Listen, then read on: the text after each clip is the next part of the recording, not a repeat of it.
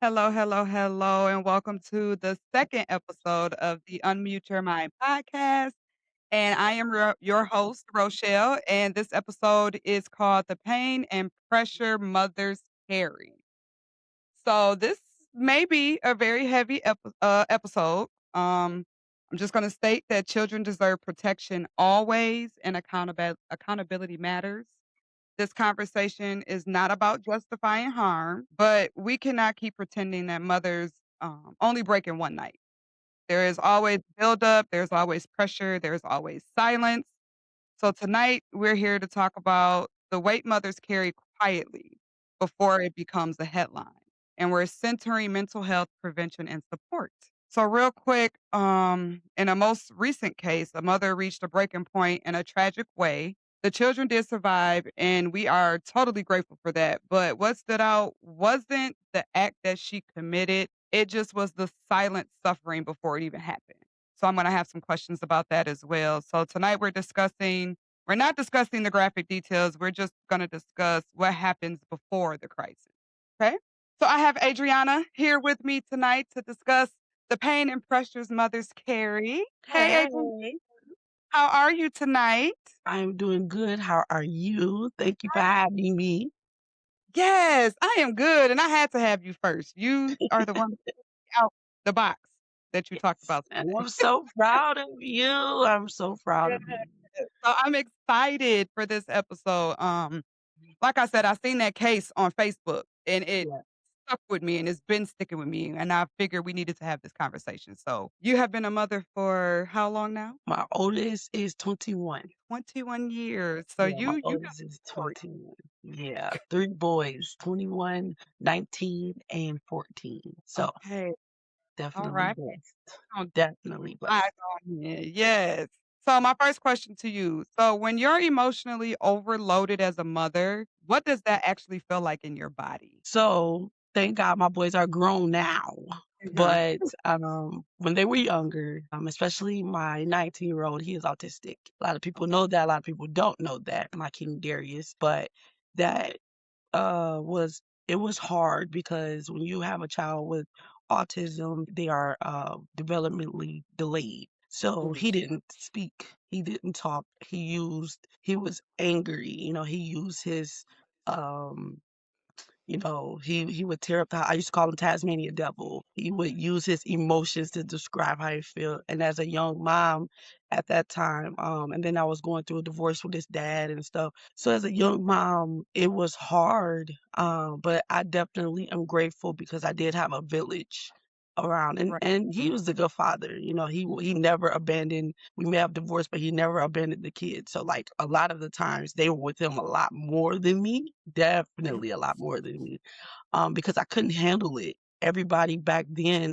when I was younger, they assumed that he had full custody because I was like, "Yep, nope, nope." So it was definitely it was a lot more hard days for me, Uh-huh. to carry it or to understand it and stuff. Yeah, it was hard. Okay. So have you ever felt like you weren't allowed to fall apart even when you desperately needed to? Yeah. I felt like people were watching all of the time, and I felt like I'm the oldest of seven, and so I'm supposed to not crack, and I'm not supposed to. I mean, it's just a whole bunch of, and it was all in my own mental mind set because like I said, I had a village around me, so anytime people would see me overwhelmed, they just easily stepped in, was like, Adriana, come here.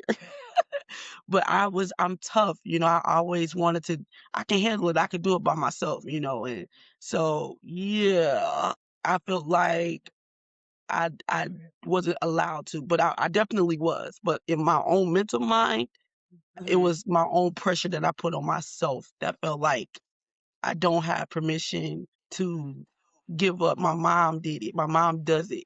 There's seven of us, and she's at home. My dad worked. It seemed like 24 hours, 7 days a week. And my mom, she took care of the house, and I just got these kids, and I can't handle it myself. Like, yeah. So it was definitely a mental thing of myself trying to balance it without crashing. So Right, and I can relate to the special needs part because I have a daughter with Down syndrome, and being a special needs parent is totally different it's a from being whole a nother parent of ballgame. a child with no special needs. And it's Mhm. funny because both of our oldest, fine, Yeah. but that middle one, it's the middle one for both of us, and Well, it's like actually, it was both for me the because oldest and a lot of people don't know Xavier when he we had to learn sign language with Xavier because they said that Xavier was deaf, right? And so mm, for the first, I don't know, 5, 6 years, with me and Terry, we had to learn sign language, and they had us like he can't hear, and he had like a whole nother language, right? mm, Like he spoke, but not English, not nothing. And so that was the thing.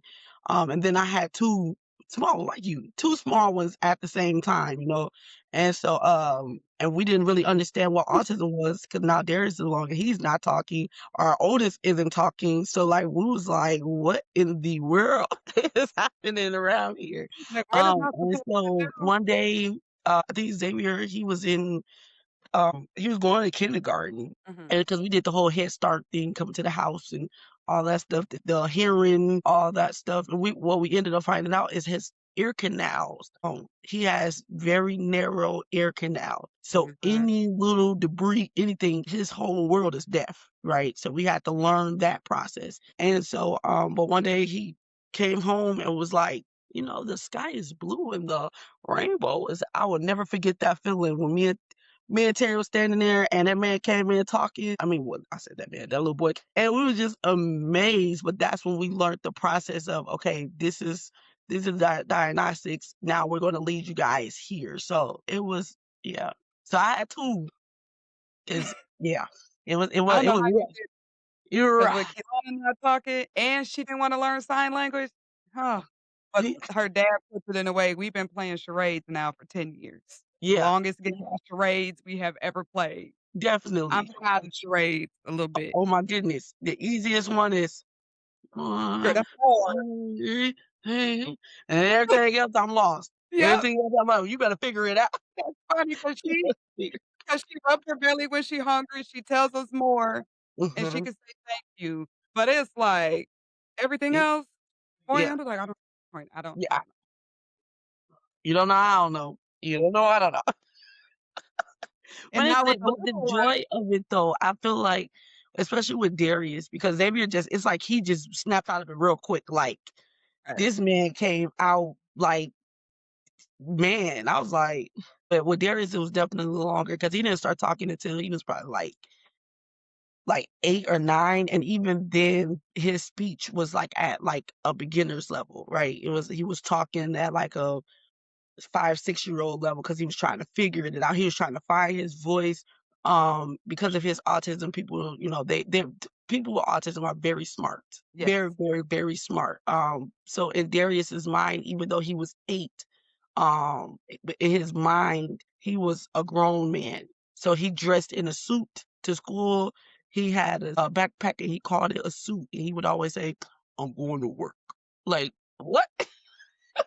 Going I'm to work, going to you heard work. what he said. And so exactly, and so like for it took a long time to get him to understand the process of where he was or what the time frame he was in. But Mhm, it was something that I don't regret as a mom. I'm so grateful because you see the beginning struggles, especially now when I see a mom that's out when I'm in the store, and I get emotional when I'm out on this point, but when I see a mom in the store and her child is like, and I can see it and I get it and I understand it.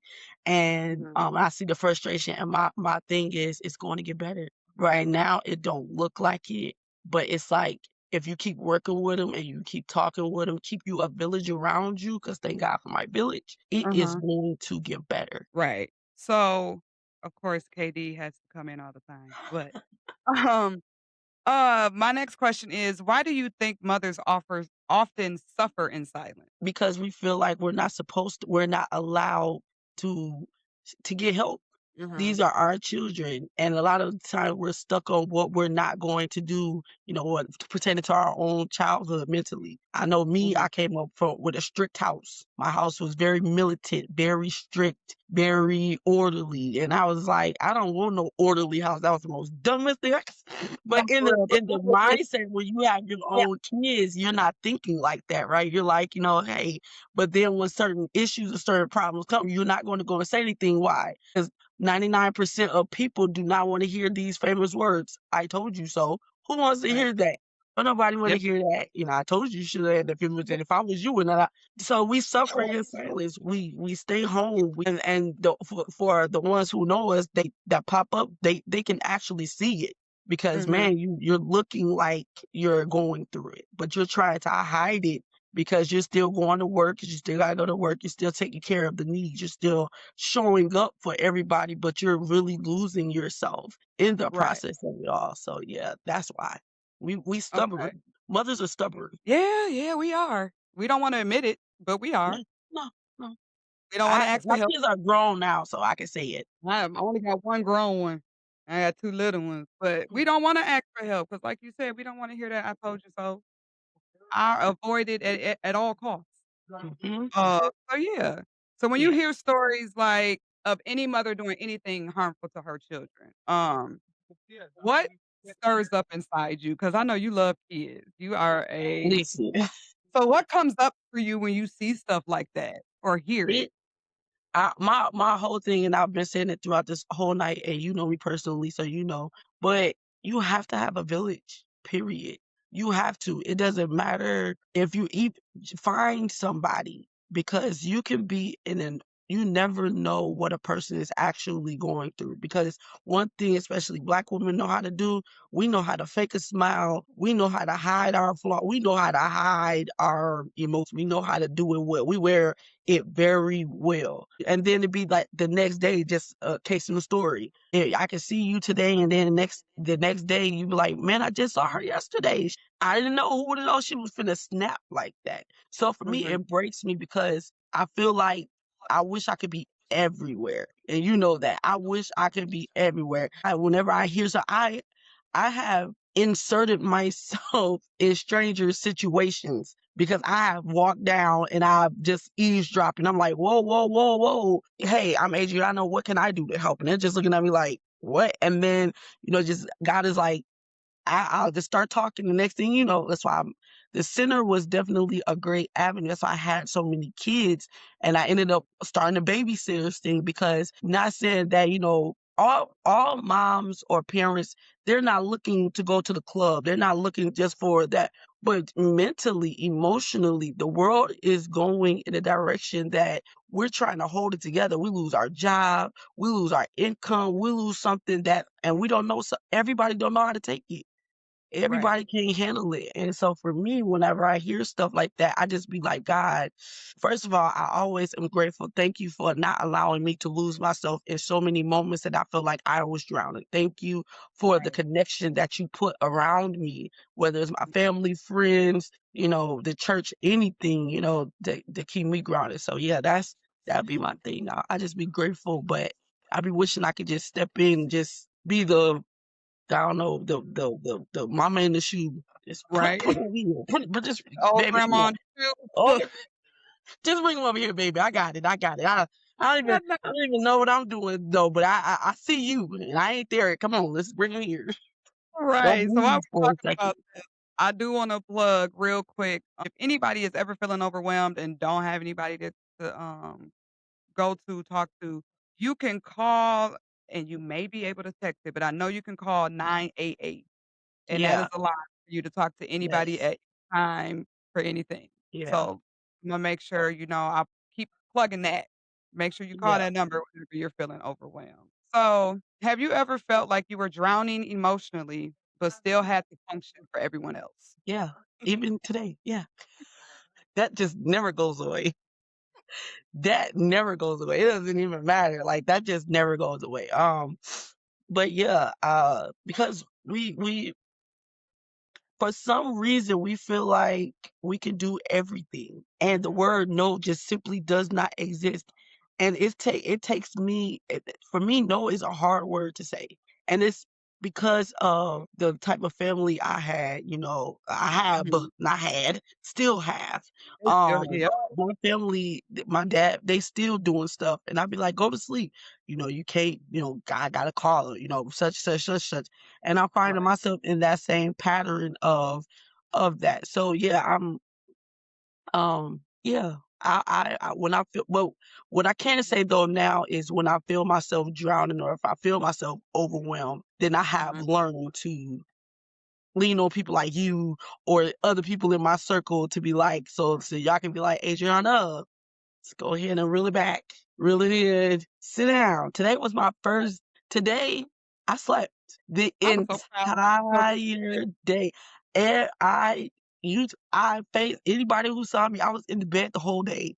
And I allowed myself to. I have so much to do. I have a million things to do. A million.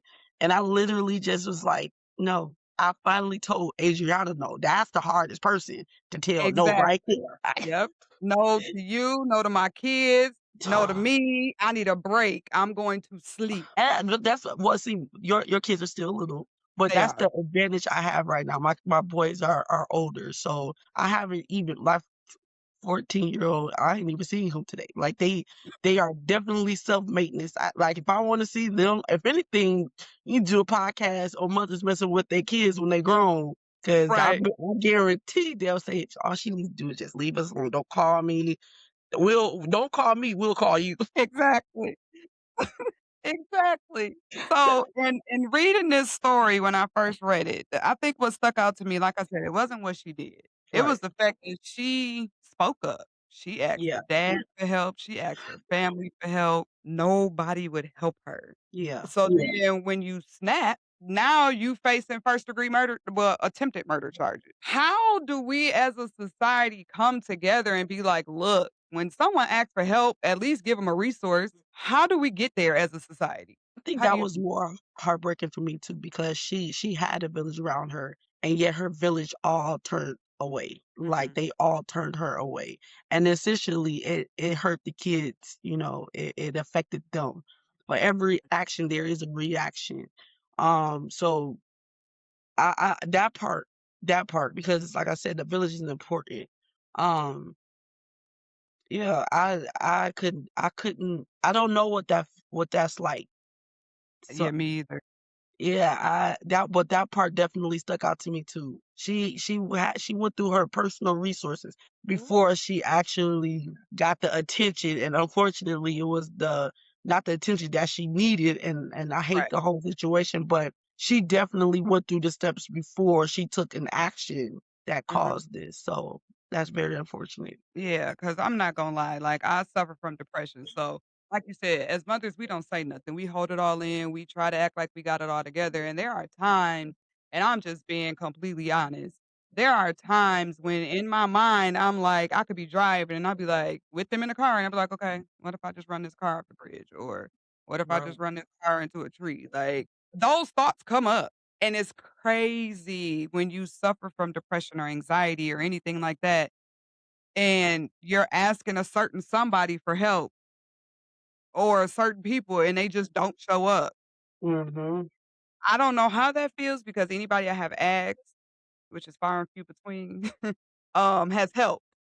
Yeah. And like you even last weekend, you when we was with Keelana's birthday, you even said, "Hey, you got a village. If you need Bruh. me, call." Like, Unbelievable. drop them off and go back home. Drop them off and go back home. Like, but everybody don't have that. So Yeah. I guess what I as mothers, we have to make sure we have the right village and the Yeah. right people around us. Yeah. Yeah. So, yes, Yeah. Well, that was thank my God your intrusive thoughts have never won. no, they just be thoughts.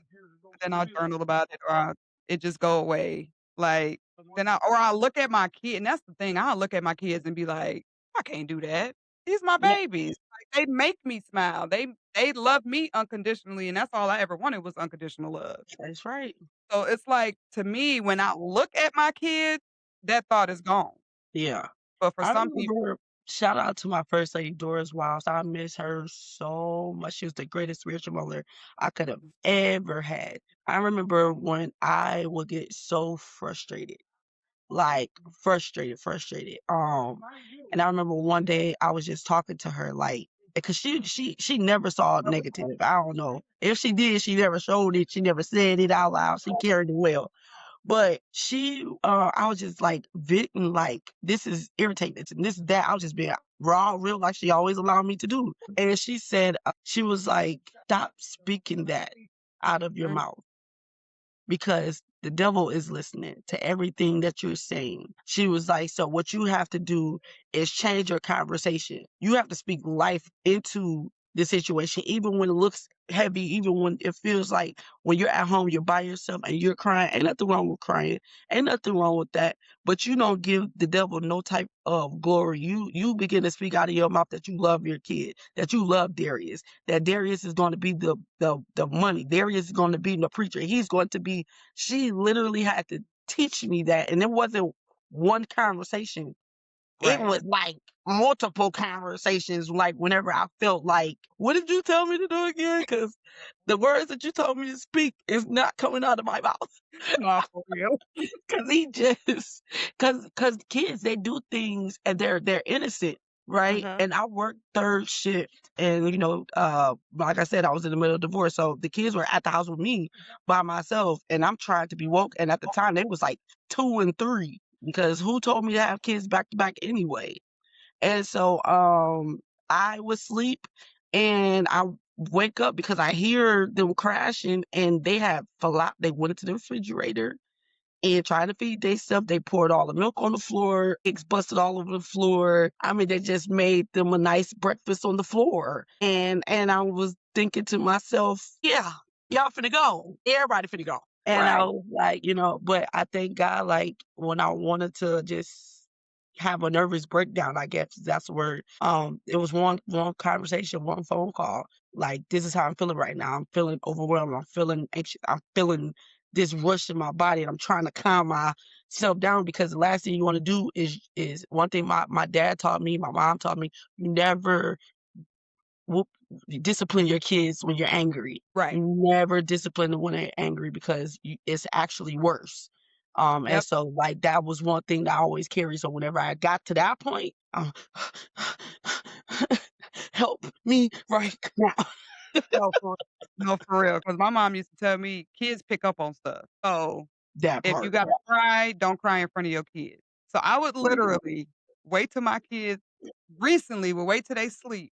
I would go get in the shower, and I would bawl my eyes out in the shower, or I would bawl my eyes out in the bed, like, because they pick up on stuff. You said, now they sad.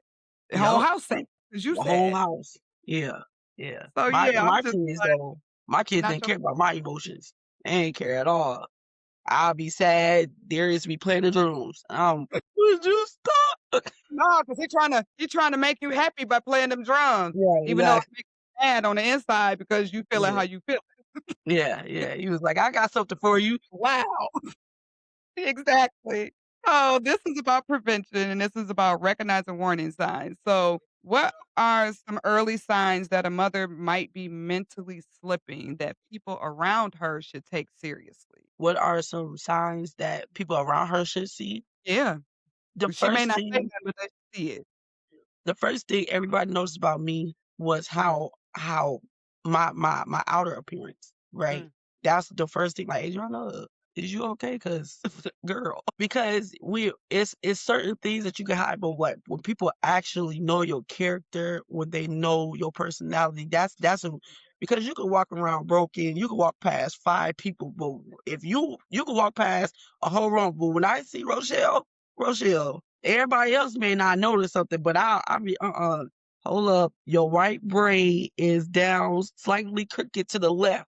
What's happening? Right? So, like, no, I for real. feel that's really people who, that's what you have to notice. Something physically about the mom has Mhm. changed. The smile isn't as bright. The conversation isn't as live. It's something you can tell, especially when a child just have behavior Mhm. issues or just overly doing some and you just overly over it, you are Right. just exhausted and just simply over it, Yes. you'll be able to see it. And people will, and I know for myself because I've done it to a certain degree. Mhm. People who have saw it, then they'll ignore it, right? Mhm. So they won't have to address it because they feel like they don't have time. Well, yeah, I did see Adriana. She did look kind of crazy, but I was in a rush, so I'll figure I'll talk to her next time. Well, that unfortunately, yeah, it's not no next time. I'm about to say sometimes there's not a next time. You just never know. Like for me, I shut down. Like I'll get quiet and I won't talk to nobody. I won't message. I won't call. I won't participate in a group chat, a group call, a group nothing. So people know when something wrong with me because I go ghost. And Yes, then you. my mom, she noticed, like she just told my business all day yesterday, but she she come to my house. She know when I'm in the mood because dishes ain't washed. I ain't vacuumed. Not probably Yeah, did but it's just sitting in the basket, ain't been folded, ain't been put away, so yeah. she knows. I'm trying to get better. I think I am. When she come tomorrow, she'll see that it's better. Oh yeah, yeah, yeah, yeah. There's a pep in the step. You know, pepper in the step. I wonder why. Yeah. Um, so, yes, we can laugh about this now because 'cause we've lived it, we go through it, but this just letting people know this is a serious topic, but we know we've been through it, we deal with it daily, so what does "I need help" look like before it turns into crisis? What does I need help look like before the crisis? It it looks like what you just said. It looks like isolation. It Mm, looks like not taking care of yourself mentally. It looks like the kids when they go to school that their neglect, what's happening, they're not fed, their face isn't washed, the little things, shoes is on wrong feet, right. no socks on their feet. It's the smallest things that we think ain't nobody paying attention to. Oh, somebody's watching. Right. Somebody's always watching. And a real person, before they take the next action, before they'll reach out and say, "Hey, is everything okay?" Mhm. Before that, because sometimes we're not brave enough to say, "I need help." We're not No. we're not strong enough to say those words because our pride says if we say we need help, they're gonna somebody's gonna feel like I'm not a good mom, they're gonna take the kids, or they're gonna feel like as we begin to create so many different stigmas and conversations that's totally unnecessary and totally untrue. But in our Mhm. minds, it just feels like we failed and I'm afraid to say it. So Right. that's what it looks like. Okay. So, I know you said you would make a phone call or you would talk to somebody, but is there any other resources or outlets that have helped you stay grounded? Prayer, God, you know me, I am a PK kid to my heart. The relationship I have with God is has kept me. Mm, It has kept me, but that right there, I grew up in the church. And a lot of people too, nobody around me had the same situation, right? right. So in my divorce, I was the only person who had ever been divorced. That was crazy to me. And then I have a special needs child. Mhm. And that was crazy to me. So like anytime I'm talking to people, their first reaction, this is why you have to pray and ask God to send you people, because they will be like, "Oh, I can't relate to you," or "I don't see how you doing that," or "I don't see you making it worse." But Yep. like I said, my spiritual mom, she taught me, and my mom too. My mom too. Don't let me take away from my mom, but we all know that it's hard to listen to our moms because our moms comes with the "I told you so's" or the Yep. "if it was me's," and so it's hard to receive from our moms. And not saying that she's wrong or right. It's just, we just sometimes don't hear. I just talk about myself. But my Yeah. spiritual mom, she definitely, it was a lot of times she was like, meet me at the church at 10. We're gonna pray. Meet me, come on, I'm coming to get you. We're going out to eat and we're gonna read. She kept me spiritual about every situation I was going through. Whether she agreed with it or not, everything that she took me through, it was, come on, we're gonna pray. You're gonna talk. We're gonna talk about it, whether I understand it or not.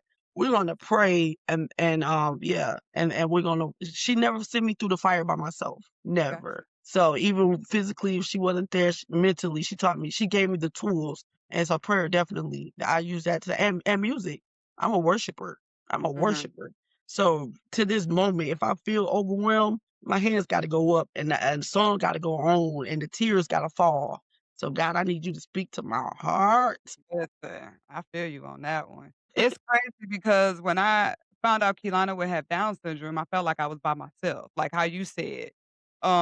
I've known you for forever, but we Yeah, recently just got close.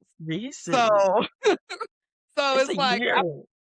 man, it's been a year, and I feel like at first I was by myself because 'cause I'm like, "Who done raised a child? I don't know what I'm doing." At this point, I'm guessing. But Right, no, now for real. that girl, because at this point, I don't know, do you hungry? You want something to drink? Well, I don't freaking know at this point. Are you hurting? What hurt? Like, I don't she's still Yeah, not so I don't yeah, know. yeah, But us being in tune now for this last year has taught me a whole lot when you yeah. talk about your son, and all that stuff. So, I thank you for that. I really do because Aw, it it gets it better. helped. It It gets better. She's 10 now, so it's Yeah, better. Like, when yeah, she was little, it was different. I uh, ain't know whether I was coming or going. right. But now as the older she gets, the easier it gets, and I It didn't is. realize That's that. true. I That did is so not. true. I'm telling you. And I it's a did the process is hard at the beginning, of course, because they're little. And even infants, like they can't talk. So imagine some with special needs. So were you ready for the milestones and then they haven't hit them yet? And you man. still have to be a parent. And you still have to do the things like you said. It was hard trying to figure out what cry is this? Is this a cry of what is it? And so yeah, I get it. I get And it. we second guess ourselves as mothers, as parents. I still second guess myself with the oldest one that's 19, like, I still second guess myself. A lot. Girl, A lot. man. So children deserve safety always. So how do we hold accountability while still having honest conversations about mental health? With each other, with the kids, With each other, with as a society, with each other. I mean, it's important. I think, that comes with maturity. Mhm. That definitely talking about mental health, like what we're doing right now, that comes with maturity because who actually wants to raise their hand in a room full of people to say, "Hey, I'm drowning over here, I need help." Nobody, Mm. because of that beautiful word pride. Uh-oh. I'm so she gonna hop back in. We gonna wait. Right. So I just wanna mention a few resources. Again, the 988 Lifeline. Therapy is another one, counseling. Yeah, there is Postpartum Support International, like she said, faith and community support, as well as the Trusted Friend. Those are just a few resources that, people can have or reach out or anything, but that 988 lifeline, I'm telling you, if you in a crisis and you feel yourself about to break, call 988 right away. Just call it. Just call it. So, real quick, I've had seasons where I was holding so much and still showing up like everything was fine, and that is a dangerous habit because silent makes the pressure louder, makes it louder. Ugh. Everybody knows the way I end my episodes is with the tonight's unmute prompt that you can use for journaling or anything like that. So the unmute prompt tonight is, what pressure am I carrying as a mother that I haven't admitted out loud? And who can I tell the truth to before it builds any further? That's a deep, yeah, be 100%. Yeah, yeah, 100%. So, if you are overwhelmed, flipping, or scared of your thoughts, please call or text. There we go. 988. Getting help is strength. It's not weakness. This is Unmute Your Mind, unmute and live.